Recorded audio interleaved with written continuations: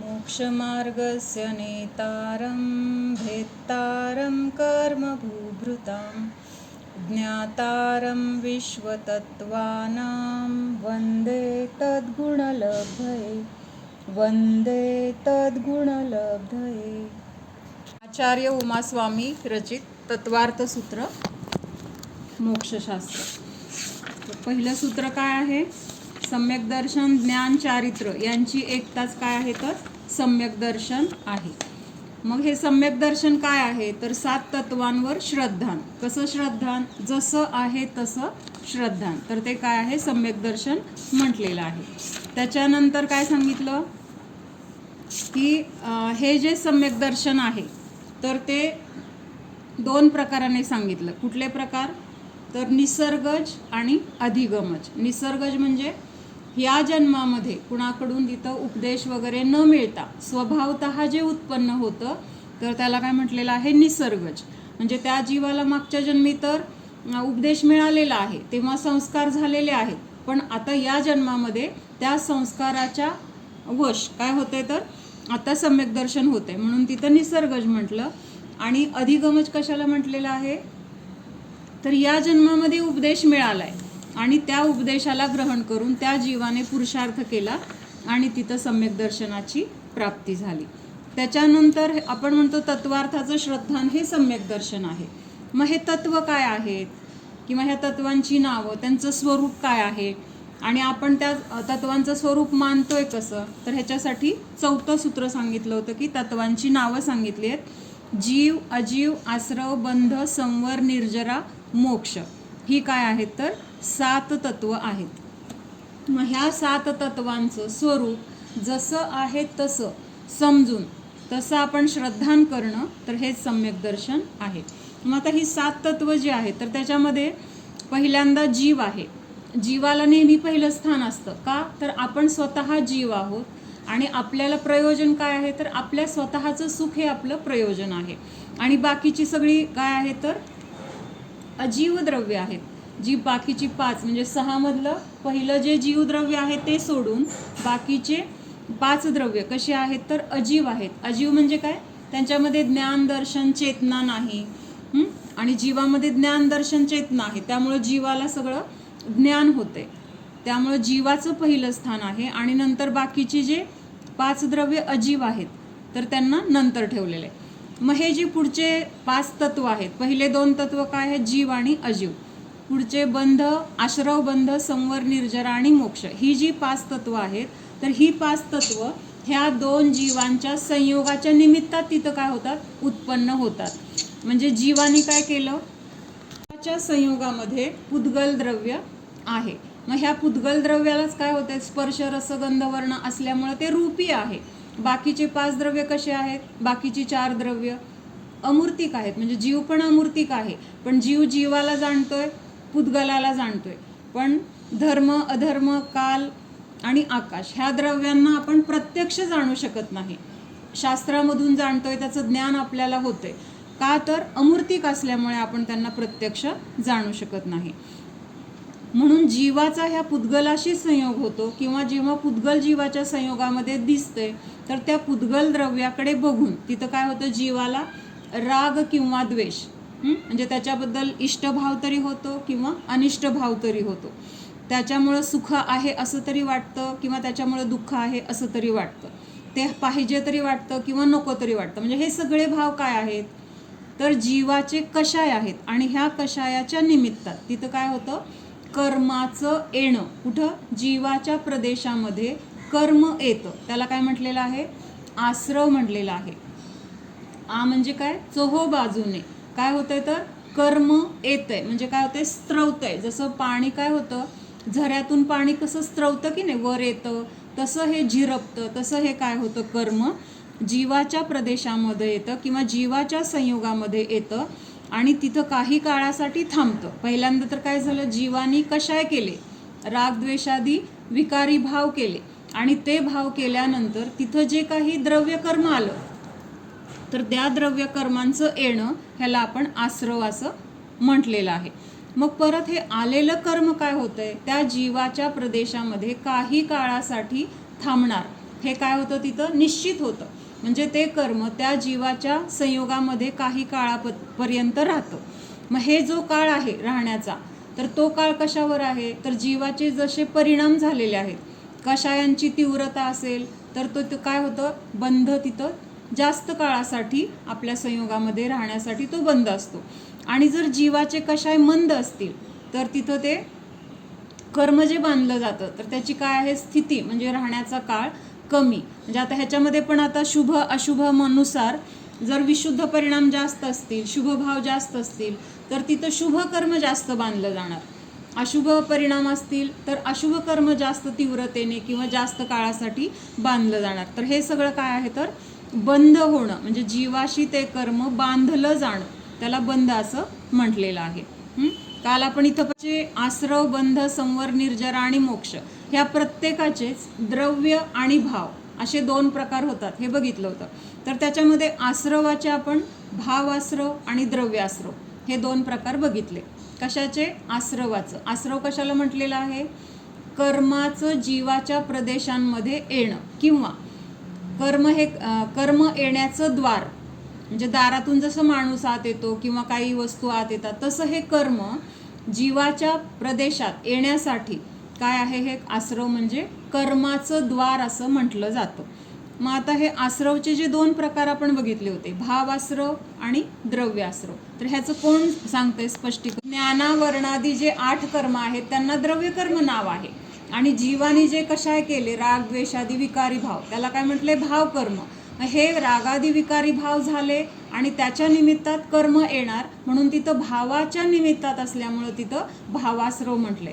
आणि हे भाव झाल्यानंतर ज्ञानावरणादी 8 कर्म, 7 किंवा 8 कर्म जीवाच्या संयोगामध्ये येतात, त्याला म्हटलंय द्रव्याश्रव. म्हणजे ज्ञानावरणादी 8 कर्मांचं नाव काय आहे, द्रव्य कर्म असं म्हटलं जातं. मग जेव्हा जेव्हा आपण द्रव्य कर्म म्हणणार तेव्हा हे 8 कर्म आठवले पाहिजेत. जेव्हा जेव्हा आपण भाव कर्म म्हणणार त्यावेळेस आपल्याला राग द्वेषादी विकारी भाव आठवलं पाहिजेत. आता नो कर्म कशाला म्हटलेलं आहे, नो कर्म शरीराला म्हटलेलं आहे. शरीर हे नो कर्म आहे आणि शरीराचं जो काही संयोग किंवा शरीरासाठी जो काही परिग्रह आपल्या संयोगामध्ये आहे तर त्याला काय म्हटलंय, नो कर्माचं नो कर्म. म्हणजे शरीर हे जीवाचं नो कर्म आहे आणि ह्या शरीराचं जे सगळे संयोग आहेत तर त्या शरीराचं ते नो कर्म म्हटलंय. म्हणजे हे सगळं एकूण काय आहे तर नो कर्मच आहे, शरीर पण आणि संयोग पण. पण म्हणताना कसं म्हटलं जातं, शरीर नो कर्म आणि ह्या नो कर्माचं बाकीचा संयोग आहे ते नो कर्म असं म्हटलं जातं. म्हणजे द्रव्यकर्म, भावकर्म आणि नो कर्म ह्याची व्याख्या लक्षात आली पाहिजे. नो कर्म म्हटलं की बरोबर शरीर आणि संयोग हे पटकन लक्षात यायला पाहिजे. भावकर्म म्हटलं की भाव म्हणजे काय, आपल्या मनामध्ये भाव होतात ना, मग त्यामुळं ते भाव म्हटले की राग द्वेषादी विकारी भाव म्हटलं पाहिजे. आणि द्रव्य म्हणजे द्रव्य आहे, पुद्गल द्रव्य आहे. कर्म हे कुठलं द्रव्य आहे, ज्ञानावरणादी कर्म ते कुठलं द्रव्य आहे तर पुद्गल द्रव्य आहे, म्हणून त्याला द्रव्यकर्म असं म्हटलेलं आहे. मग भावकर्माच्या किंवा आपले जे परिणाम त्याच्या निमित्तामध्ये कर्माचं येणं त्याला द्रव्य आश्रव म्हटलेलं आहे. मग हे आलेलं कर्म जीवाच्या संयोगामध्ये येऊन थांबतं, काही काळासाठी बांधलं जातं, तर ते काय झालं, बंध झालं. त्याच्यानंतर संवर कशाला म्हटलेलं आहे, कर्म जीवाच्या परिणामाच्या निमित्तात येतात जीवामध्ये तर त्या कर्मांचं येणं थांबणं, काय झालं, ते कर्म येण्याचं थांबलं तर त्याला काय म्हटलेलं आहे, संवर म्हणलेलं आहे. पहिल्यांदा आपण व्याख्या बघू, नंतर त्याची कारणं बघता येईल. संवर म्हणजे लक्षात येते, आश्रव म्हणजे काय, कर्माचं येणं, आणि त्याच्या विरुद्ध संवर म्हणजे काय, कर्माचं येणं थांबलं. लक्षात येते का, आश्रवच्या विरुद्ध ते जीवाने परिणाम केले, राग द्वेषादी विकारी भाव केले, त्याच्यानंतर काय आलं, ज्ञानावरणादी कर्म जीवाच्या संयोगामध्ये आलं किंवा जीवाच्या प्रदेशामध्ये आलं.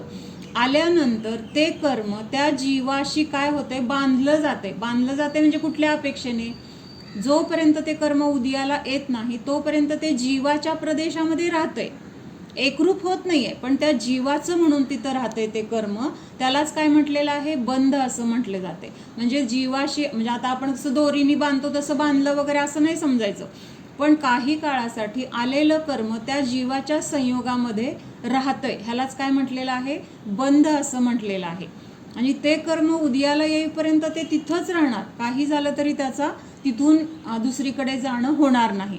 म्हणजे कर्माचा म्हणजे आता समजा आता आपण काहीतरी कषाय केले, ह्या कषायाच्या निमित्तात समजा एक असं कर्म बांधलं की ते त्या जीवाच्या संयोगामध्ये आलं आणि 1 वर्षासाठी राहणार असे आपले जर कषाय म्हणजे तेवढी कषायांची तीव्रता असेल तर ते आलेलं कर्म त्या जीवाच्या संयोगामध्ये 1 वर्षासाठी नियमाने राहणार.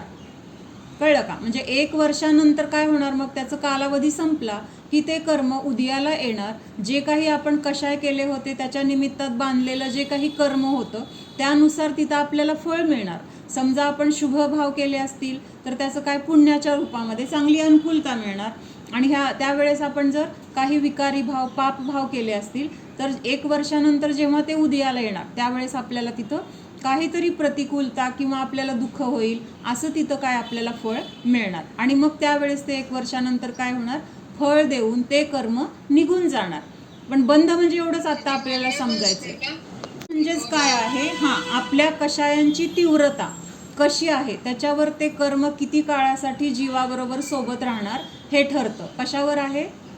जीवाचे जे कषाय आहेत म्हणजे राग द्वेषादी विकारी परिणाम तीव्र कषाय झाले तर ते कर्म किती दिवस जीवाच्या संयोगामध्ये राहणार? खूप दिवस. म्हणजे आता मिथ्यात्व हे कर्म आहे ना दर्शन मोहनीय, ह्या दर्शन मोहनीयाचा जर तीव्र बंद झाला आपल्याला म्हणजे त्या जीवाचे परिणाम अतिशय जर तीव्र आहेत तर त्या दर्शन मोहनीयाचा बंद जास्तीत जास्त किती होऊ शकतो? 70 कोडाकोडी वर्षाचा बंद होतो. कधी केलेलं आहे हे भाव जीवाने? एका समयामध्ये केलेल्या परिणामांचं फळ म्हणजे तेवढं ते बांधलेलं कर्म त्या जीवाच्या संयोगामध्ये ते एका समयामध्ये जीवाने तसे तीव्र क्रूर परिणाम केले किंवा वाईट मिथ्यात्व विपरीत परिणाम असल्यामुळं तिथं आणि कषायांची पण तीव्रता त्यामुळं तिथं त्या दर्शन मोहनीय कर्माचा जो काही बंद झाला त्या जीवाला तर तो किती असणार आहे? 70 कोडाकोडी सागर म्हणजे एवढं काळ 70 कोडाकोडी सागर वर्ष एवढ्या काळापर्यंत ते कर्म त्या जीवाच्या संयोगामध्ये राहणार. म्हणजे ते जेव्हा उदयाला यायला सुरू होणार तेव्हापासून 70 कोडाकोडी सागर पर्यंत ते कर्म त्या जीवाला भोगावं लागणार. लक्षात येते का सगळ्यांच्या? म्हणजे समजा आता ते थोडक्यात बघूया. 70 कोडाकोडीचं कर्म बांधलं त्या जीवाने, कोडाकोडी नाही 70 कोडाकोडी सागर एवढं कर्म बांधलं. आता 70 कोडाकोडी सागर कर्म बांधलं त्या जीवानी, मग त्या कर्माचा उदय कधी येणार? लगेच कर्म बांधल्या तर आपल्याला फळ द्यायला ते सुरू करत नाही. काही काळ ते त्या जीवाच्या संयोगामध्ये असं राहतं की त्याचं आपल्याला कुठलंही फळ मिळत नाही, फक्त ते जीवाशी बांधलेलं आहे. आणि हे मग आपल्याला फळ द्यायला कधी सुरू होतं? 70 कोडाकोडी सागर असेल तर 7000 वर्ष. किती? 7000 वर्ष त्या कर्माचा आपल्याला उदय येत नाही.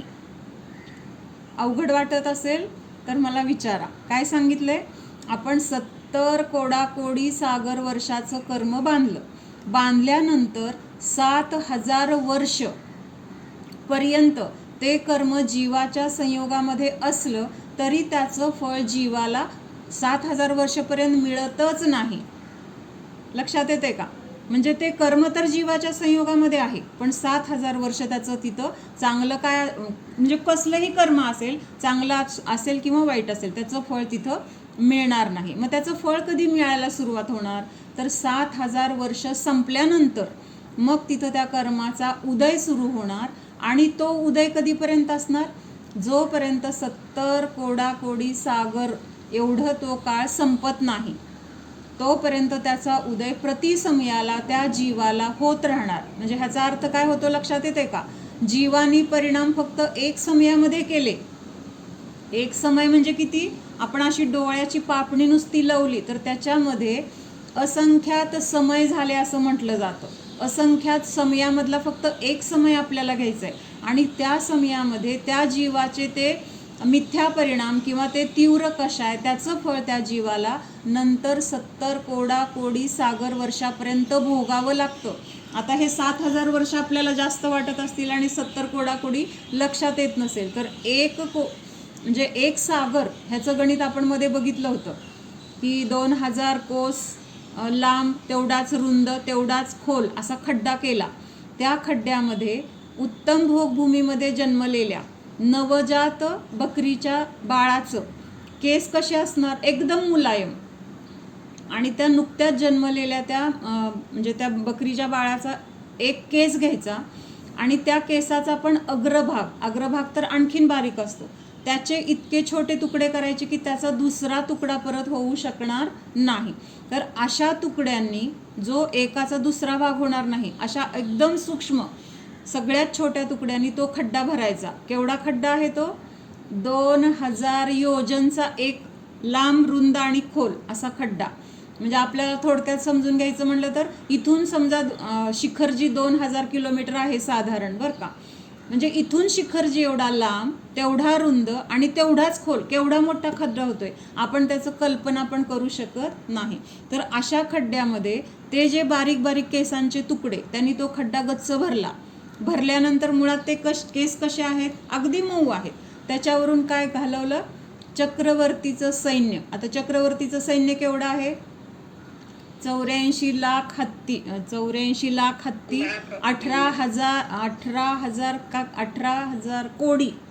18 कोटी असं काहीतरी घोडे, तेवढंच पायदळ, तेवढंच अजून काय बाकीचे सगळं त्यांचं, म्हणजे जे जे काही त्याचं सैन्य असेल, त्याचं सगळं प्राणी वगैरे, हे सगळे त्या खड्ड्यावरून गेले. आता तो खड्डा कुठं जाईल, तळाला जाऊन बसला असेल एकदम. तर तो खड्डा परत भरायचा त्याच तुकड्यांनी, असा भरायचा की आता किती जरी त्याच्यावरून सैन्य गेलं तरी तो दबला नाही जाणार. तर काठोकाठ अगदी ठसाठस तो खड्डा भरलेला आहे. आणि ह्या खड्ड्यातून एक केस आज काढला, त्याच्यानंतर 100 वर्ष गेल्यानंतर दुसरा केस काढायचा, त्याच्यानंतर 100 वर्ष गेल्यानंतर तिसरा केस काढायचा. असं करत करत जेव्हा तो खड्डा रिकामा होणार, तेव्हा त्याला काहीतरी एक व्यवहार पल्य म्हटलंय. म्हणजे त्या व्यवहार पल्ल्याचे परत असंख्यात तसे काळ गेल्यानंतर परत उद्धापल्य, अद्धापल्य असं करत करत शेवटी जे असेल, अद्धापल्य असेल, तर त्याचे असंख्यात तेवढे झाल्यानंतर मग तिथं जे काळ होईल तर त्याला एक सागर म्हटलंय. आणि असे किती 70 कोडी सागर असं एका समयामध्ये जीवानी केलेल्या परिणामाचं फळ, दुःख त्या जीवाला भोगावं लागतं. कशाच्या निमित्तात, तर फक्त तिथं मिथ्यात्व आहे, दर्शन मोहनीय कर्म म्हणजेच मिथ्यात्व आहे. म्हणजे इतकं ते दर्शन मोहनीय कर्म आपल्याला या संसारामध्ये अडकून ठेवतं. म्हणजे एक समय तर अगदी अल्प आहे, पण त्याचं फळ आपण किती काळ भोगणार आणि कसलं फळ मिळणार आहे, नियमाने दुःख मिळणार आहे. म्हणून परिणाम करताना सावध राहायला पाहिजे. आपले परिणामच आपल्याला काय करतायत, ह्या संसारामध्ये इतक्या काळासाठी दुःख देण्यासाठी कारणीभूत ठरतायत. टोडरमलजींचं एक वाक्य मोक्षमार्ग प्रकाशकमध्ये मागं सांगितलं होतं, कुणाच्या लक्षात आहे? वाक्य हे आहे, परिणाम बिगाडणे का भय रखना. आठवतंय का? पावलोपावली आपण कुठला तरी कषाय करतो, तीव्र त्याच्यामध्ये संक्लेश परिणामाच्या निमित्तात आपण म्हणजे आकुलता करतो. आणि हे सगळं काय आहे, तर आपल्या परिणामांचं बिघडणं आहे. आणि हे बिघडलेले परिणामच आपल्याला अशा कितीतरी सागरासाठी, कितीतरी काळासाठी आपल्याला इथं बांधून ठेवतात संसारामध्ये. आणि एका समयामध्ये केलेल्या फळाची किंवा पापाची शिक्षा, कषायाची शिक्षा आपल्याला असा अनंत काळपर्यंत भोगावं लागतं. मग आपण असं वाटतं ना, किती झालं तरी दुःख माझं संपतच नाही, एक झालं की एक, काहीतरी मला सारखं दुःख आहेच किंवा सारखं मला काहीतरी त्रास आहेच. मग हे काय आहे, आपणच पूर्वी असं काहीतरी केलेलं आहे की त्याचं फळ आपल्याला सलग मिळत आहे. म्हणून आत्ता आपण, आपल्या हातात काय आहे की आत्ता परिणाम आपले असे सावध राहायचे परिणाम होत असताना, किंवा आपल्याकडून काही चुकत असेल तर लगेच आपल्याला ब्रेक लावायचा. किती जरी राग आला, किती जरी समोरचं आपल्याला काहीतरी प्रतिकूल वाटलं, तरी तिथं समोरच्या गोष्टीमुळं आपण कशाय करणार आहे आणि त्याचं फळ समोरच्या कशाला नाही मिळणार आहे. जे परिणाम करणार त्या जीवाला ते फळ भोगावं लागणार आहे. म्हणून तिथं आपले परिणाम कसे बिघडणार नाहीत. आणि जर बिघडत असतील तर आपल्याला त्याची भीती वाटली पाहिजे. बिघडणार नाहीत ह्याच्यासाठी सावध राहायचे, आणि बिघडत असतील तर भीती वाटली पाहिजे. भीती वाटली तर तिथं ब्रेक लागणार आहे. म्हणून परिणाम बिघाडणे का भय रखना हे वाक्य आपल्याला नेहमी आठवलं पाहिजे. अशी काही काही वाक्य आहेत ना, अतिशय आपल्या फायद्याची आहेत. ती वाक्य आपल्याला आठवली तरी आपल्याला तिथं ब्रेक लागतो. म्हणजे इतकी महत्त्वाची वाक्य आहेत. म्हणून आपल्या परिणामांना, आत्ता आपल्या हातात काय आहे तर आपल्या परिणामांना बिघडू न देणं. आणि दुसरी गोष्ट, पूर्वी आपल्याकडून जे काही परिणाम असे झालेले आहेत, एवढं तर नक्की आहे की आत्ता माझ्या संयोगामध्ये मला दुःख आहे, त्याचा अर्थ जरी मला आत्ता पूर्वी काय केले ते आठवत नाही, पण नियमाने मी काहीतरी असं पाप केलेलं आहे, असे काही कर्म बांधलेले आहेत, त्यामुळं मी आत्ता दुःख भोगते. तर जे काही पाप माझ्याकडून पूर्वी झालेलं आहे, जे काही चुकलेलं आहे, तर ते आठवत नसलं तरी त्याच्यासाठी आपण प्रतिक्रमण करू शकतो की नाही आत्ता? ते प्रतिक्रमण करणं हातात आहे आपल्या. आणि पुढं आपल्याकडनं परत असं घडू नये ह्याच्यासाठी सावध पण राहू शकतो. ह्या 2 गोष्टी आपल्या हातात आहेत. मागचं जे झालंय त्याच्यासाठी प्रतिक्रमण करणं गरजेचं आहे आणि पुढं होऊ नये ह्याच्यासाठी सावध असणं पण गरजेचं आहे. मग हे असा बंध असा होतोय. कशामुळं होतोय तर जीवानी तसे परिणाम केले की कर्म येतंय आणि त्या कषायांची तीव्रता जेवढी जास्त असेल तेवढ्या जास्त काळासाठी आपल्याला ते कर्म पुढं जाऊन भोगावं लागणार आहे. मग हे आहे बंध झाला. त्याच्यानंतर पुढचं कुठलं आहे तर संवर म्हटलेलं आहे. संवर म्हणजे काय तर हे जे कर्म येतंय कशामुळे येतंय, जीवाच्या परिणामाचं फळ आहे कर्माचं येणं. मग तिथं जीवाला लक्षात आलं की बाबा गुरूंचा उपदेश ऐकला किंवा पूर्वजन्मीचे काही संस्कार, उपदेश तेव्हाचा आत्ता आठवला किंवा ते संस्कार उदयाला आले, तर तिथं काय होणार आहे की बाबा ह्या परिणामांनी मला पुढं अजून परत दुःख भोगायचं नाही आहे. किंवा तिथं स्व काय आहे आणि पर काय आहे ह्याचं तिथं काय झालेलं आहे, ज्ञान झालेलं आहे, तसं श्रद्धान झालेलं आहे. आणि त्या श्रद्धानाच्या निमित्तामध्ये तिथं त्या जीवानी स्वतःच्या आत्मस्वरूपाला जाणलेलं आहे. आणि हे आत्मस्वरूपाला जाणणंच काय आहे तर कर्माच्या येण्याला रोखणं आहे. जे कर्म येत होतं, ज्या दारातून येत होतं, तर संवर म्हणजे काय ते दार बंद करणं. काय लक्षात येते का, आश्रव आणि संवर हे 2 प्रकार एकमेकाच्या पूर्ण विरोधी आहेत. आश्रव म्हणजे कर्माचं येणं आणि संवर म्हणजे कर्माला येऊ न देणं. म्हणजे नवीन जे कर्म येत आहेत तिथं येण्यासाठी काय झाली, तिथं आता अडथळा किंवा बाधा निर्माण झाल्या आणि त्यामुळं तिथं त्या कर्माचं येणं थांबलं. ह्याला म्हटलंय संवर. हा संवर सुद्धा 2 प्रकारचा आहे, भाव संवर आणि द्रव्य संवर. भाव संवर कशाला म्हटलंय तर ज्या परिणामाच्या द्वारे कर्म येण्याचं थांबणार आहे, ते परिणाम जीवामध्ये झाले तर त्या परिणामाला काय म्हटलेलं आहे, भावसंवर असं म्हटलेलं आहे. म्हणजे त्या जीवानी स्वतःच्या आत्मस्वरूपाला जाणण्याचा पुरुषार्थ केलाय. स्वतःच्या आत्मस्वरूपामध्ये असल्यामुळं तिथं राग नाही किंवा द्वेष नाही, शुभ भाव नाही, अशुभ भाव नाही. आणि त्यामुळं तिथं शुद्ध रूपाने त्या जीवाचं काय आहे, अनुभव चालू आहे. आणि त्या शुद्ध अवस्थेमध्ये कर्म येत नाही. जेव्हा जीव स्वतःला जाणतोय, शुभ किंवा अशुभ असेल तरच तिथं काय होणार आहे, कर्म येणार आहे. पण जीवाचं काय चाललंय, स्वतःच्या आत्म्याला जाणतोय, त्यामुळे तो शुभ भाव पण नाही आणि अशुभ भाव पण नाही. त्यामुळं तिथं कर्म येण्याचं काय झालंय, तेवढ्या वेळासाठी तिथं थांबलं गेलेलं आहे. आणि हे कर्म येण्याचं थांबणं ह्यालाच काय म्हटलेलं आहे, संवर असं म्हटलेलं आहे. मग संवर कशाने होतो तर स्वतःच्या आत्मस्वरूपामध्ये जेव्हा आपण राहतो त्यावेळेस तिथं कर्माचं येणं थांबतं. पण आपल्याला काय आहे, मान्यता काय आहे आपली, जेव्हा मी व्रत नियम संयम धारण करणार, जेव्हा मी दान करणार, जेव्हा मी षटक्रिया करणार, मी विधान करणार, मी तीर्थयात्रा करणार, तेव्हा माझं काय होणार आहे, काय होणार आहे, संवर होणार आहे, अशी मान्यता असते. पण ही मान्यता पूर्ण चुकीची आहे. जेव्हा आपण स्वतःमध्ये राहू शकत नाही, तेवढा पुरुषार्थ आपल्याकडनं होत नाही, त्यावेळेस आपल्याला तिथं शुभक्रिया करायच्या आहेत. पण शुभक्रियामुळं मला संवर होतो किंवा कर्म येण्याचं थांबतं, अशी जर मान्यता असेल तर ती मान्यता काय आहे, मिथ्यात्व आहे. नुसती चूक नाही आहे, मिथ्यात्व आहे. आणि हे मिथ्यात्वच काय करतंय, आपल्याला सागरो वर्षासाठी ह्या संसारामध्ये अडकून ठेवते. म्हणून संवराचं मुख्य कारण काय आहे तर शुद्ध स्वरूपाचा अनुभव, हे काय आहे तर संवराचं कारण. व्यवहार नयाने किंवा व्यवहार मोक्षमार्गामध्ये असं म्हटलं जाईल की देवशास्त्र गुरूंच्या सानिध्यात माझे कर्म काय झाले, येण्याचे थांबले, संवर झाला. किंवा देवशास्त्र गुरूंमुळं माझं संवर झाला, कर्म यायचं तिथं कमी झालं किंवा थांबलं. पण हे सगळं काय आहे, उपचार आहे. उपचार आणि निश्चयमधला फरक लक्षात येतोय सगळ्यांना. उपचार कशाला म्हणायचं आणि उपचार म्हणजे व्यवहार. आपण कोण आहोत आहोत तर आपण जीव, निश्चयाने बघितलं तर आपण एक जीवद्रव्य आहोत. तर हे काय झालं, निश्चय झाला. निश्चय किंवा जसं आहे तसं शुद्ध त्याला जाणणं म्हणजे निश्चय म्हणायचे. आणि व्यवहार कशाला म्हटलं जातं, मग आता आपण मनुष्य पर्यायामध्ये आहोत, आपण स्त्री पर्यायामध्ये आहोत, आपण एवढ्या वर्षाचे आहोत, असं जर आपण त्या दृष्टीने जर बोलत असेल तर त्याला तिथं व्यवहार म्हटलं जातं. लक्षात येते का? म्हणजे पर्यायाला धरून जेव्हा आपण बोलतो तेव्हा तिथं काय आहे, व्यवहार किंवा उपचार. म्हणजे वरवर आपण फॉर्मॅलिटी म्हणतो की नाही, कोणीतरी भेटलं की लगेच आपण जय जिनेंद्र करतो. का करतो, तर ते मॅनर्स आहेत किंवा तसं करायचं असतं शिष्टाचार म्हणून, किंवा ते एक योग्य आहे, ते करणं चांगलं असतं. हे सगळ्या व्यवहारातल्या पद्धती आहेत की नाही. मग ह्याला म्हणायचं उपचार किंवा व्यवहार. पण जेव्हा ह्या सगळ्याच्या पासून भिन्न असं आपलं आत्मस्वरूप काय आहे हे जेव्हा बघायला जातो तेव्हा तिथं काय आहे आपलं खरं स्वरूप, तर एक शुद्ध द्रव्य, जीवद्रव्य, ज्ञानदर्शन स्वरूपी स्वरूप, हे आपलं खरं काय आहे, द्रव्य आहे. आणि ह्या द्रव्याला जाणणं किंवा हे स्वरूप म्हणजे काय आहे, जसंच्या तसं आहे असं समजणं.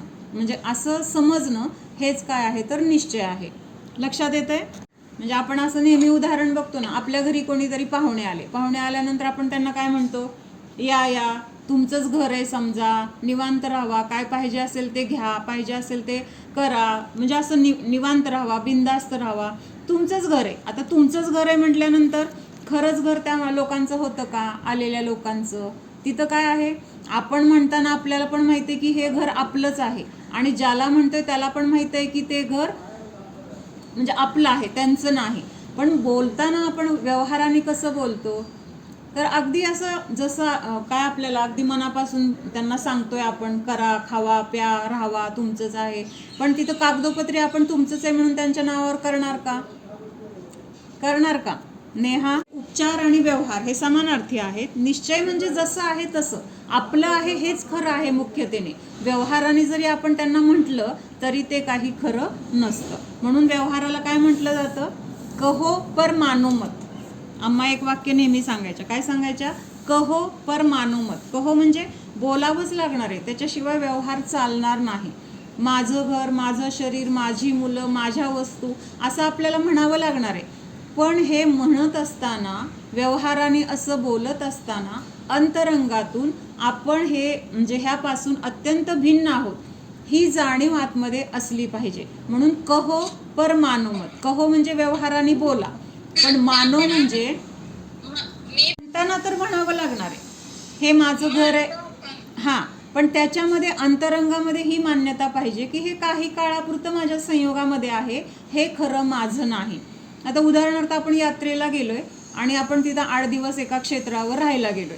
मग राहायला गेल्यानंतर आपल्याला तिथं रूम मिळाली, काहीतरी वस्तू आहेत रूममध्ये, आणि दुसऱ्या दिवशी आपल्याला कोणीतरी आपल्या गावातलं भेटलं. मग आपण काय म्हणतोय, आम्ही कालच आलो आणि ही आमची रूम आहे. मग ती आपली रूम म्हणून आपण आपली आहे का खरंच ती रूम? आपलं नाव आहे का त्याच्यावर, का आपल्या नावावर ती रूम झालेली आहे कागदोपत्री? पण म्हणताना तिथं कसं म्हणणार आहे, ही आमची रूम आहे, या आमच्या रूममध्ये म्हणतो की नाही आपण असं. आणि आपल्याला आतून माहित आहे की ही रूम आपली फक्त 8 दिवसासाठी म्हटली जाणार आहे, ना ती आपल्या नावावर आहे, ना ती आपले कायम आपल्यासाठी बुक राहणार आहे, किंवा आपण कधी पण तिथं आलो तरी ती आपलीच असणार आहे असं नाही. आपण 8 दिवस आहोत तर तिथं राहू शकतो, आपण गेल्यानंतर तिथं दुसरं पण कोणतरी येऊन राहणार आहे. मग त्यावेळेस ती आलेली व्यक्ती काय म्हणणार, आमची रूम आहे ही, असं आहे. म्हणून आपण व्यवहारामध्ये पण तिथं जसं आपलं म्हटलं तरी आपलं मानत नाही. लक्षात येते का? त्या रूमला आपण आपली रूम म्हटलं तरी आपली मानतो का अंतरंगातून? अंतरंगातून भावना काय आहे की माझं घर तर अक्कलकोटला आहे, हे काय माझी रूम नाही आहे, किंवा अक्कलकोटमधल्या घरामध्ये ती माझी रूम आहे. खरं ही रूम कशी आहे, तात्पुरती 8 दिवसापूर्वी घेतली आपण राहण्यासाठी, 8 दिवसांनी आपण नियमाने ती सोडून जाणार आहे.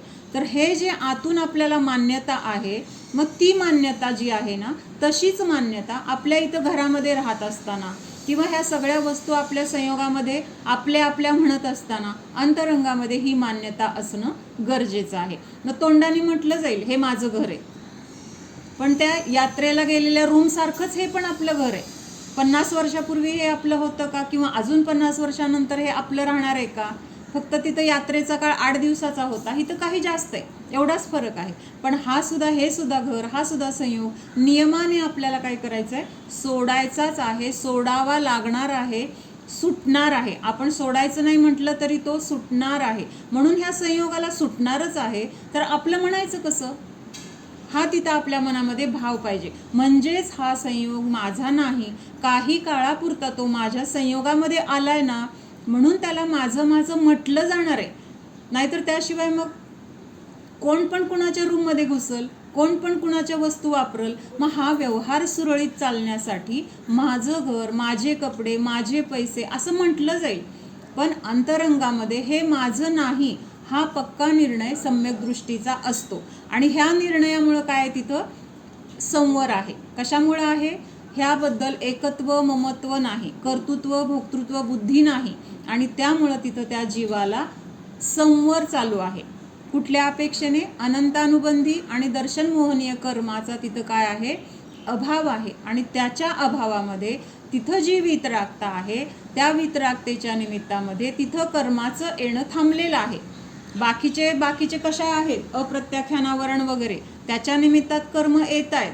पण हे जे मुख्य होतं दर्शन मोहनीय आणि अनंतानुबंधी, ते नसल्यामुळं तिथं काय झालेलं आहे, कर्माचं येणं थांबलेलं आहे. आणि म्हणून तिथं संवर म्हटलेलं आहे. एकतर शुभामुळं संवर होत नाही, ती मान्यता असेल तर त्याला म्हणायचं मिथ्यात्व. आणि संवर कशाने होतो, तर एक स्वतःच्या आत्मस्वरूपाला जाणणं, स्वतःच्या आत्मस्वरूपाचा निर्णय, विश्वास, हे काय आहे तर संवराचं कारण आहे. आणि संवर म्हणजे कशाला म्हटलेलं आहे, जे कर्म येत होतं, कर्माचा आश्रव होत होता, तर तो कर्माचा आश्रव तिथं काय झालेला आहे, आता थांबलेला आहे. त्याला म्हटलेलं आहे संवर.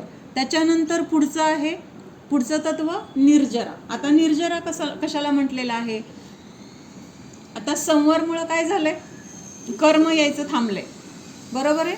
संवर झाला किंवा परिणाम जीवाचे असे शुद्ध आहेत की ते आता नवीन कर्म तर येत नाहीये. पण अगोदर येऊन थांबलेलं कर्म जे जीवाशी बांधलं गेलेलं आहे, तर ते कर्म काय होतंय, पर्यायामध्ये उदयाला येऊन तरी निघून जात आहे, किंवा तिथं शुद्ध अनुभूतीच्या द्वारे त्या कर्मामध्ये काय होते, घट होते. काही कर्म तर कर्माला न येताच त्याची निर्जरा होऊन जाते. म्हणजे असं तिथं काय होतंय, जे पूर्वी आपण कर्म बांधलेलं आहे त्या कर्माचं तिथं काय होतोय, नाश होतोय, ते कर्म नष्ट होतंय. निर्जरा म्हणजे काय, निघून जाते ते कर्म, जे पूर्वी आपल्या आत्मप्रदेशामध्ये येऊन थांबलं होतं, बांधलं गेलं होतं, तर ते कर्म आत्मप्रदेशाला सोडून निघून जाणं, तर त्याला काय म्हटलेलं आहे, निर्जरा असं म्हटलेलं आहे. मग निर्जरेचे पण 2 प्रकार आहेत, भाव निर्जरा आणि द्रव्य निर्जरा. मग भाव निर्जरा म्हणजे ज्या परिणामांच्या द्वारे, म्हणजे जीवाच्या ज्या शुद्ध अनुभूतीच्या द्वारे पूर्वी आलेलं कर्म काय होते, निघून चाललंय, नष्ट होऊन चाललंय, जीवाच्या संयोगातून निघून चाललेलं आहे. तर तिथं काय झालं, ते परिणाम म्हणजे काय झालं तर भाव निर्जरा. आणि त्या भाव निर्जरेच्या निमित्तामध्ये, म्हणजे त्या परिणामांच्या निमित्तामध्ये जे द्रव्य कर्म आपण बांधलं होतं ते द्रव्य कर्म निघून चाललंय, त्याला काय म्हटलेलं आहे, द्रव्य निर्जरा असं म्हटलेलं आहे. म्हणजे ज्ञानावरणादी जे 8 कर्म, तर तिथं काय चाललेले आहे, ते निर्जरा होऊन निघून चाललेलं आहे, म्हणून त्याला म्हटलं द्रव्य निर्जरा. आणि पुढचं आहे, आता ह्या निर्जरेचे पण 2 प्रकार आहेत परत, सविपाक आणि अविपाक, ते आपण नंतर बघूया. पहिल्यांदा हे 7 तत्व समजून घेऊया. मग शेवटचं कुठलं तत्व आहे, मोक्ष.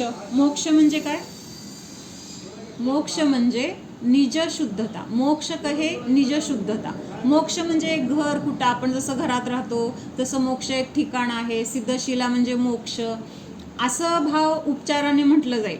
पण खरा मोक्ष कशाला म्हटलेला आहे, त्या जीवाचं निज शुद्ध स्वरूप पर्यायामध्ये प्रकट झाले, त्या शुद्ध स्वरूपाची प्राप्ती झाली, मग त्याला काय म्हटलेलं आहे, मोक्ष म्हटलेलं आहे. म्हणून म्हटलेलं आहे की मोक्ष कहे निज शुद्धता. निज म्हणजे आपण स्वतः, आणि आपल्या स्वतःची जी शुद्धता आहे, कशी शुद्धता, पूर्ण शुद्धता. म्हणजे तिथं आता बिलकुल कुठल्या कर्माचा हे संयोगच राहिलेला नाही. जेवढं जेवढं कर्म होतं ते सगळं कर्म काय झालेलं आहे, निघून गेलेलं आहे, त्याची निर्जरा झालेली आहे. आणि ती निर्जरा झाल्यामुळं, तो कर्ममल निघून गेल्यामुळं त्या जीवामध्ये एक प्रकारची शुद्धता प्रकट झालेली आहे. आणि ही शुद्धताच काय आहे तर त्या जीवाचं तसं ओरिजिनल स्वरूप आहे. त्याला काय म्हटलेलं आहे, निजशुद्धता. आणि हे द्रव्याचं शुद्ध होणं किंवा जीवाचं शुद्ध होणं ह्यालाच खरं काय म्हटलेलं आहे, मोक्ष म्हटलेलं आहे. मग असा जीव जेव्हा सगळ्या कर्मांनी रहित होतो तर त्यावेळेस तिथं काय झालं, पूर्ण शुद्धतेची प्राप्ती झाली किंवा ते परिणाम म्हणजे तिथं त्या मोक्ष म्हणजे निजशुद्धतेला कारण झाले. तर तिथं त्याला काय म्हटलंय, भावमोक्ष म्हटलेलं आहे. आणि मग ह्या भावमोक्षाच्या निमित्तामध्ये किंवा तिथं सगळ्या कर्मांचा अभाव झाल्यामुळं हा जीव जसा आहे त्या स्वरूपामध्ये प्राप्त झालाय. आणि मग त्या जीवाची काय होते, ऊर्ध्व गती होते. म्हणजे तो जीव कर्माने रहित झाला, रागद्वेषादी विकारी भावांनी रहित झाला, शरीराने रहित झाला, सगळ्या संयोगाने रहित झाला. म्हणजे काय झाला, आता तो जीव हलका झाला. आतापर्यंत शरीराचं, कर्माचं, रागद्वेषादी विकारी भावांचं ओझं होतं, त्यामुळं त्या ह्या संसारामध्ये दबला होता. आता ह्या सगळ्यांनी तो जीव कसा झालाय, रहित झालाय, म्हणजे हलका झालाय. मग हलका झाल्यानंतर काय होतं तर ते ऊर्ध्वगमन स्वभाव आहे जीवाचा. मग तिथं ऊर्ध्वगमन गतीला तो प्राप्त होतो, म्हणजेच तिथं सिद्धशिलेवर जाऊन विराजमान होतो. मग हे सिद्धशिलेवर जाऊन विराजमान होणं ह्याला काय म्हटलेलं आहे, द्रव्यमोक्ष. लक्षात येतंय, ज्या परिणामांच्या द्वारे ह्या जीवाची निज शुद्ध स्वरूपाला प्राप्ती केलेली आहे तर ते स्वरूप किंवा ते परिणाम तिथं शुद्ध स्वरूप ह्यालाच काय म्हटलेलं आहे, भावमोक्ष. म्हणजे परिणामाच्या द्वारे निज शुद्धता तिथं प्रकट झालेली आहे. हे काय झाला, भावमोक्ष झाला. आणि मग ह्या भावमोक्षाच्या स्वरूपाला प्राप्त झाल्यानंतर तो जीव सिद्धशिलेवर जाऊन तिथं विराजित होतो. मग हे विराजित होणं काय आहे तर द्रव्यमोक्ष म्हटलेलं आहे. लक्षात येते का, अवघड वाटतंय. जीवाच्या संयोगामध्ये पुद्गल आहे, बरोबर. जीव आणि पुद्गल हे दोन द्रव्य आहेत. मग जीवानी काय केलं, त्या पुद्गलाकडे पाहून रागद्वेषादी विकारी भाव केले किंवा त्याला रागद्वेषादी विकारी भाव झाले. विकारी भाव झाल्यानंतर काय झालं, त्या विकारी भावाच्या निमित्तामध्ये कर्म आलं आणि काय झालं, ते कर्म त्या जीवाशी काही काळासाठी बांधलं गेलं. आलं म्हणजे आश्रव झाला, बांधलं गेलं म्हणजे बंद झाला. त्याच्यानंतर त्या जीवाला काय झालं, समजलं की मी जीव आहे, हे सगळं माझ्यापासून भिन्न आहे. म्हणजे तिथं स्व आणि पर ह्याचं त्याला काय झालं, ज्ञान झालं. म्हणजेच तिथं त्याला पराबद्दल एकत्व ममत्व राहिलं नाही. म्हणजेच तिथं हे भाव कशाला कारणीभूत होते, एकत्व ममत्व कर्माच्या येण्याला किंवा रागद्वेषाला कारणीभूत होते. मग आता ते एकत्व ममत्व राहिलं नाही, त्यामुळं तिथं पराबद्दल रागद्वेष होण्याचं काय झालं, तिथं थांबलं गेलं. म्हणजेच काय, हे थांबल्यामुळं काय झालं, कर्म येत होतं त्याला तिथं आळा बसला, कर्म येण्याचं थांबलं. म्हणजे कर्म ज्या दारातून येत होतं ते दार तिथं बंद झालं. मग आता बंद झालेलं दार तर कळतंय आपल्याला, कर्म येण्याचं थांबलंय. पण त्या दाराच्या आतमध्ये अगोदर येऊन थांबलेलं कर्म आहे की शिल्लक. मग जीवाने त्याच्या स्वतःच्या पुरुषार्थाने म्हणजे स्वतःच्या आत्म्यामध्ये जास्तीत जास्त राहण्याचा प्रयत्न करून, तसा पुरुषार्थ करून काय केलं, ते संयोगामध्ये असलेलं कर्म पण काय झालं, मग त्याला पण दारातून बाहेर काढायला सुरुवात केली. मग हे आधी आलेलं घरामध्ये येऊन थांबलेलं कर्म पण काय चाललंय, आता निघून चाललंय. आता निघून चाललंय म्हणजे काय आहे तर तिथं निर्जरा आहे. आणि मग काय झालं, घर पूर्ण रिकामं झालं. आता तिथं नवीन कर्म पण येत नाही आणि पहिलं आलेलं पण कर्म आता शिल्लक नाही. म्हणजे ते घर कसं झालं, आता पूर्ण रिकामं किंवा त्याचं स्वरूपाला प्राप्त झालं. मग ह्याला काय म्हणायचं, मोक्ष. म्हणजे आता समजा उदाहरण आहे की आपलं घर आहे आणि घरामध्ये आपण आहोत आणि आपण काय करतोय, लोकांना बोलवतोय या घरामध्ये या घरामध्ये. मग काय झालं, लोक घरामध्ये यायला लागली. आपण म्हणजे जीव आणि बोलवतोय हे म्हणजे रागद्वेष करतोय आणि कुणाकडे बघून करतोय तर लोकांकडे, म्हणजे लोक समजा परद्रव्य किंवा अजीव समजूया आपण त्याला. मग तिथं आपण भाव केले, त्यांना या म्हणून बोलवायचे, त्यांना बोलवल्यानंतर ते लोक काय झालं, आपल्या घरामध्ये आले म्हणजे काय झालं, तिथं आता आश्रव झाला.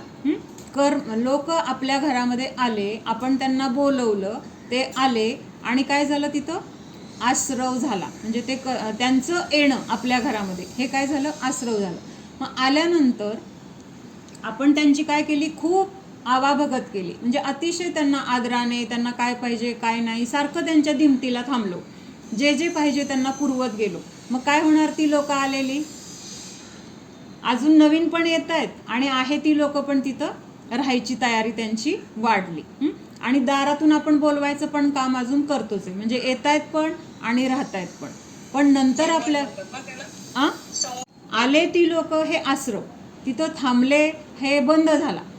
मग नंतर आपल्या लक्षात आलं की ही तर आपली कोणच नाही आहेत, हे सगळे बाहेरची लोक आहेत आणि उगीच आपण ह्यांना गोळा केले. उगीच आपण काय करतोय, त्यांचं आदरातिथ्य करतोय. त्यांना काय पाहिजे काय नाही हे बघण्यामध्ये आपलं स्वतःकडे पण लक्ष नाही, आपलं घर पण किती घाण झालंय आणि अजून लोक यायला लागले. मग कसं होणार, आपलं घरातलं सामान पुरणार नाही म्हणा, किंवा घरामध्ये सगळं अडचण अडचण अडचण. त्यामुळं मग आपण काय केलं, लोकांना बोलवायचं थांबवलं. काय केलं, लोकांना बोलवायचं थांबवलं. म्हणजे बोलवलं नाही आणि दार लावून घेतलं. हा विचार केला ना की लोक अजून जर आली तर आपल्याला खूप त्रास होईल, त्यामुळे आता लोकांना घरात घेणं चुकीचं आहे, म्हणून आपण असा विचार केला आणि दार लावलं.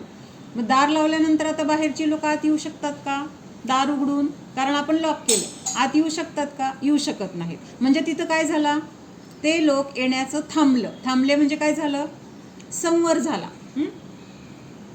माझ्या समोर कोणच नाही आहे, व्हिडिओ ऑन करा. काय झालं तिथं, संवर कसा झाला लक्षात आलं. आपण त्या लोकांना बोलवायचं नाही असं मनाशी ठरवलं आणि दार लावून घेतलं. मग लोक जी आत शिरत होती तर ती लोक तिथं यायची काय झाली, बंद झाली. का बंद झाली, दार लावले आणि आपण त्यांना बोलवत पण नाही. मग दार बंद दिसतंय म्हणून काय झाली, ती लोक येत नाही आहेत, निघून चालली. मग आता पुढचा विचार काय आहे की आता घरामध्ये जी लोक आहेत ना, ती घरामध्ये असलेली लोक, त्यांचा पण त्रास होतोय, कारण त्यांचं किती करायचं, आपल्याला काय तेवढं झेपत नाहीये. मग आपण काय विचार केला की आता एकेकाला आपण बाहेर काढूया. काय विचार केला, जे आलेले आहेत एकतर ते आपले नाही आहेत, आपण त्यांना विनाकारण बोलवून आपण चूक केलेली आहे. मग आता ही चूक सुधारायची तर तिथं काय करायचंय, त्यांना आता एकेकाला बाहेर काढायला सुरुवात केली. मग आता एक एक एक एक बाहेर काढायला सुरुवात केल्यानंतर काय झालं, तिथं घर रिकामं व्हायला सुरू झालं. मग हे निघून जाणं जे आहे त्याला काय म्हटलेलं आहे, निर्जरा म्हटलेलं आहे. निर्जरा म्हणजे घरामध्ये जे होतं ते पण, बाहेरचं यायचं तर बंद केले, पण जे घरामध्ये होतं त्यांना पण आता बाहेर काढायला सुरुवात केली. मग कधी भरभर बाहेर जात आहेत, कधी हळूहळू घालवतोय, पण एकूण काय आहे, बाहेर पडण्याची तिथं प्रक्रिया सुरू झाली. हे बाहेर जाणं कशाला म्हटलेलं आहे, निर्जरा. निर्जरा म्हणजे निघून जाणे. जे घरामध्ये येऊन थांबलेलं आहे ते निघून जाणे. यायचं तर थांबलेलं आहे त्यामुळे त्याच्यात वाढ होत नाहीये, पण अगोदर आलेलं आहे ते पण काढतोय. त्यामुळे तिथं काय होतंय, तर घरातली पण गर्दी आता कमी व्हायला लागली आणि एक वेळ अशी येणार आहे की सगळे आलेली लोक काय झाली, आता निघून गेली. आता घर कसं झालं आपलं, पूर्ण रिकामं. आता कसं वाटतंय, हायसं वाटतंय. आता निवांत आपलं जसं आहे तसं, काय पाहिजे ते आपल्या घरामधले घेऊ शकतोय, खाऊ शकतोय, स्वतःला पाहिजे तसं राहू शकतोय. नाहीतर अगोदर आतील लोकांचं करण्यामध्ये काय होत होतं, आपला सगळा वेळ जात होता. त्यामुळं तिथं काय म्हटलेलं आहे की हे सगळं निघून गेल्यानंतर तो जीव कसा होतोय, आता हलका फुलका स्वतःच्या स्वरूपामध्ये राहतोय, स्वतःच्या स्वरूपाची त्याला प्राप्ती झालेली आहे आणि तो जीव तिथं मग सुखी झाला असं म्हटलं जातं. मग आपल्या घरात आपण एकटेच आहोत, म्हणजे आपल्या आपल्या घरामध्ये आपणच आहोत. तिथं बाहेरची दुसरी कुठली मिसळ नाही, परद्रव्य नाही, किंवा ज्या गोष्टीमुळे मला त्रास होत होता त्या गोष्टी नाही. लक्षात येते का, ज्या परिणामाच्या द्वारे भावमोक्ष म्हणजे जीवाचे जे काही कर्म आधी बांधलेले होते ते सगळे कर्म जीवाच्या संयोगामधून निघून गेले. कशामुळे निघून गेले, जीवाच्या परिणामाने. कुठले परिणाम, शुद्ध परिणाम. जीवाचं स्वतःमध्ये राहणं, त्याच्यामध्ये लीन होणं, हे काय आहे तर जीवाचे शुद्ध परिणाम आहेत. आणि त्या शुद्ध परिणामामुळं नवीन शुभ किंवा अशुभ तर झाले नाहीत, पण पूर्वी जे बांधलेलं कर्म होतं तर ते कर्म सुद्धा काय झालेलं आहे, निघून गेलंय. आणि हे निघून जाणं कशामुळे गेलेलं आहे? परिणामामुळं. मग त्या परिणामांना किंवा त्या तिथं शुद्ध अवस्थेला परिणामाच्या निमित्तामध्ये कर्म निघून गेल्यामुळं तिथं जी शुद्ध अवस्था प्राप्त झाली त्याला काय म्हटलेलं आहे? भावमोक्ष. भावाच्या निमित्तामध्ये ही शुद्ध स्वरूपाची प्राप्ती, तर ते काय आहे? भावमोक्ष म्हटलेलं आहे. आणि ह्या भावमोक्षाच्या निमित्तामध्ये तो जीव मग तिथं मोक्षाच्या ठिकाणी म्हणजे सिद्धशिलेवर जाऊन विराजमान झाला, तर त्याला काय म्हटलेलं आहे? द्रव्य मोक्ष असं म्हटलेलं आहे. भावामध्ये नेहमी एकच घ्यायचे की जीवाचे परिणाम. मग ज्या जीवाच्या परिणामांमुळं कर्म आलं त्याला म्हटलं भावाश्रव. ज्या जीवाच्या परिणामांमुळं कर्म येण्याचं थांबलं तर त्या भावांना काय म्हटलं? भावसंवर. ज्या जीवाच्या परिणामांमुळं पहिलं आलेलं कर्म पण निघून चाललंय त्याला काय म्हटलंय? भावनिर्जरा. आणि ज्या परिणामाच्या द्वारे त्या जीवाला स्वतःच्या शुद्ध स्वरूपाची प्राप्ती झाली आहे त्याला काय म्हटलं? भावमोक्ष. म्हणजे तिथं फक्त जीवाचे परिणाम आहेत आणि ह्या परिणामाच्या द्वारे तिथं द्रव्य कर्मामध्ये जी अवस्था दिसते त्याला म्हटले द्रव्य कर्म. द्रव्य आश्रव किंवा द्रव्य संवर, द्रव्य निर्जरा आणि द्रव्य मोक्ष. ज्ञानावरणादी कर्म येण्याचं थांबलं, तिथं काय झाला? द्रव्याश्रव झाला. त्याच्यानंतर काय झालं? जीवाच्या परिणामांच्या द्वारे कर्म येण्याचं थांबलं, म्हणजे द्रव्य कर्म ज्ञानावरणादी जे येत होतं ते थांबलं. मग तिथं काय झालं? द्रव्य संवर झाला. किंवा आलेले जे ज्ञानावरणादी कर्म जीवाच्या संयोगामध्ये होते ते निघून चालले, तिथं काय म्हटलं? द्रव्य निर्जरा म्हटलं. आणि जे सगळे पूर्ण एकूण एक कर्म त्या जीवाच्या संयोगामधून निघून गेल्यामुळं तिथं काय झालेलं आहे? 8ही कर्मांनी रहित असा तो जीव झालेला आहे. आणि मग अशा जीवाचं कुठं आहे अस्तित्व किंवा वास्तव्य? सिद्धशिलेवर आहे. मग तिथं सिद्धशिलेवर जाऊन विराजमान होणं ह्याला म्हटलेलं आहे द्रव्य मोक्ष. नावेमध्ये आपण बसलोय, आपण म्हणजे जीव, नाव म्हणजे पुद्गल. मग काय झालं? तिथं त्या नावेला छेद पडला, जे काहीतरी होल पडलं. आता होल पडणं आणि काय झालं? होल पडल्यामुळं ते जे काही समुद्रातलं पाणी होतं ते पाणी त्या होलमधून त्या नावेमध्ये यायला लागलं. आता नावेमध्ये आल्यानंतर काय व्हायला लागले? ते पाणी नावेमध्ये पसरायला लागले. आता आपल्याला काय भीती वाटायला लागली की हे जर पाणी पूर्ण जर नावेमध्ये भरलं तर आपण बुडून मरणार. पाणी तर येतंय कारण होल आहे म्हणजे पाणी येत राहणार. मग जीवाच्या लक्षात आलं की हे जर भरलं गेलं तर आपलं काय होणार? बुडून मृत्यू होणार. मग त्यांनी काय केलं? पहिल्यांदा ते होल कुठे शोधलं आणि तिथं काय केलं? ते होल बंद करण्यासाठी काहीतरी प्रयत्न केला आणि ते होल बंद केलं. आता ह्याच्यावरून तुम्ही मला ते 7 तत्व घटवणार आहे. ऐका नीट. काय सांगितलं मी पहिल्यांदा? आपण म्हणजे जीव. आपण कुठं बसलोय? नावेमध्ये बसलोय. नाव म्हणजे काय? पुद्गल. आणि मग तिथं पुद्गल. आणि मग तिथून काय झालं? त्या नावेला एक छेद गेला किंवा होल पडलं. मग परत काय झालं? होलमधून पाणी नावेमध्ये यायला लागलं. आता पाणी नावेमध्ये भरायला लागलं. आता भरायला लागल्यानंतर जीवाला भीती वाटायला लागली. काय?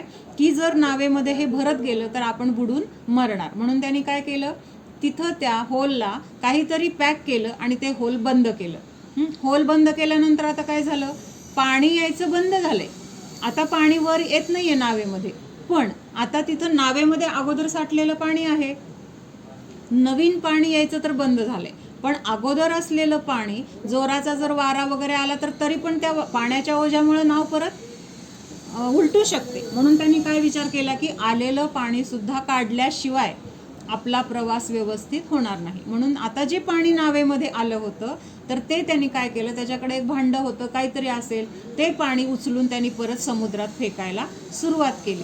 मग असं फेकत फेकत फेकत काय झालं?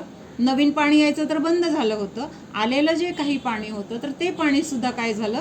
त्यांनी काढून टाकलं. सगळी नाव स्वच्छ पुसून घेतली पाण्याने म्हणजे कपड्याने. आणि आता ती नाव कशी झाली? पूर्ण कोरडी झाली. आता त्या जीवाला कसली भीती आहे का बुडायची? होल पण त्यांनी पॅक बंद केले. जे पाणी नावेमध्ये